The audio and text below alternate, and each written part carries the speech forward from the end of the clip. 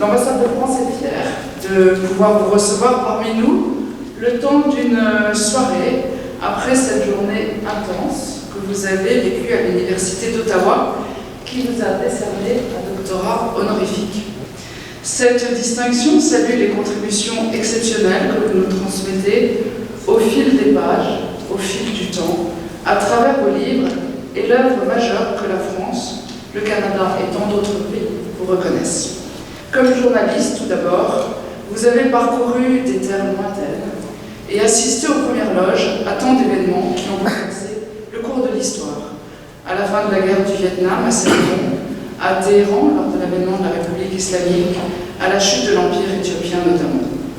Comme écrivain, vous vous attachez depuis lors à nous livrer vos récits d'aventure, à nous confier vos souvenirs, à nous partager vos cris d'alerte également. Vos récits soulèvent des interrogations existentielles sur les appartenances multiples et le multiculturalisme, auxquels il est si compliqué d'apporter une juste réponse. Mais tous vos écrits rappellent l'importance du dialogue entre les cultures, toutes les cultures. Cher ami Malouf, dans ce livre, vous posez donc des questions fortes sur ce monde qui vient faire face à la fragilisation que connaissent les équilibres politiques et sociaux que le XXe siècle nous a légués, et face aux défis majeurs tels que les changements climatiques ou les changements technologiques qui imposent à nos consciences et à nos décisions de prendre de bonnes décisions. Ce soir, nous espérons pouvoir vous entendre nous confier votre sentiment sur ces défis de taille. Le pétrole a d'abord distordu l'économie de ces pays, a empêché toute véritable production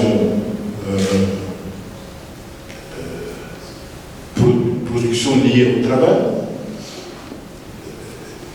Tout ce qui s'est passé dans cette région depuis que le pétrole est arrivé a été perturbateur, destructeur. Et je me dis parfois qu'il y a une seule monarchie pétrolière qui a véritablement su utiliser le pétrole, c'est la Norvège. Parce que le pétrole arrivait dans une société qui était déjà capable d'absorber le choc que représente l'apport de sommes énormes venues comme ça de nulle part. Au lendemain de la Seconde Guerre mondiale, on a beaucoup parlé d'un thème qui est celui d'une culture de la paix. L'idée, c'était de dire on a planté les graines de la haine et de la guerre dans les esprits et on a eu la guerre. Si l'on veut la paix, il faut cultiver autre chose, préparer les esprits à la paix. Je crois qu'on peut effectivement préparer les esprits à la paix. Je n'ai pas de solution miracle, mais il y a une question qui, à mes yeux, est essentielle, c'est la question de l'identité.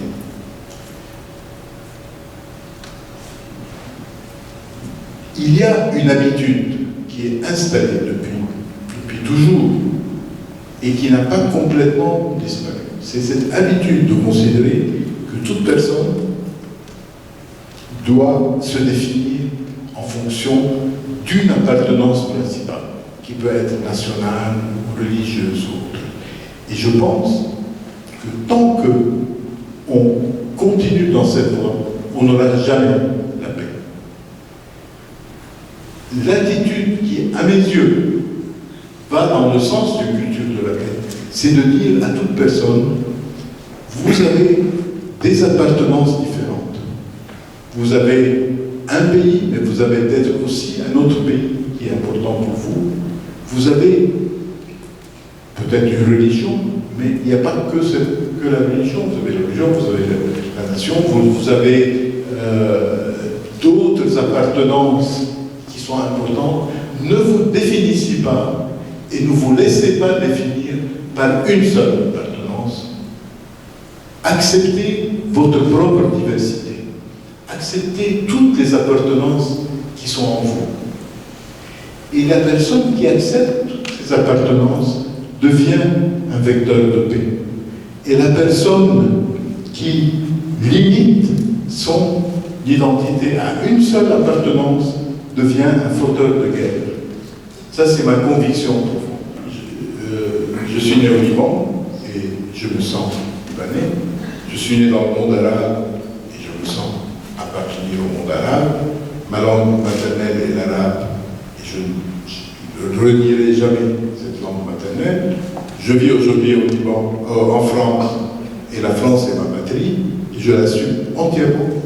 Et la France est en Europe, et je crois profondément à l'Europe, et je considère que l'Europe est l'avenir de ma patrie française, et je ne considère pas, comme malheureusement beaucoup de gens aujourd'hui, que l'Europe est la négation de la France. Au contraire, je pense que c'est un prolongement de la France, et au sein duquel la France peut jouer un rôle plus important sans jamais disparaître, sans jamais se nier elle-même.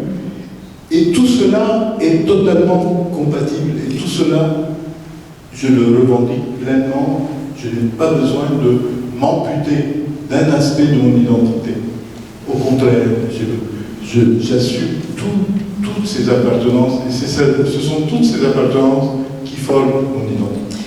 Une coexistence, la coexistence est non seulement possible, mais indispensable, parce qu'aucune langue ne va éliminer l'autre. Il faut simplement continuer à maintenir la présence de sa langue, éviter qu'elle soit marginalisée.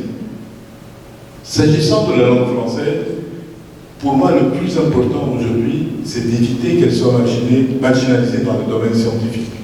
Je pense qu'il y a un effort à faire, qu'on ne fait pas suffisamment, pour que toute publication importante dans tous les domaines scientifiques majeurs puisse exister aussi en français. Je pense que la technologie, c'est notre chance. Pas seulement parce qu'elle est en train de transformer notre vie quotidienne, qu'elle est en train de transformer toute notre perspective de l'avenir de l'espèce humaine, mais aussi pour une autre raison. C'est que la technologie est la force souterraine qui nous rapproche les uns des autres. La technologie, c'est la force souterraine qui, sur le long terme, va faire de nous une nation humaine.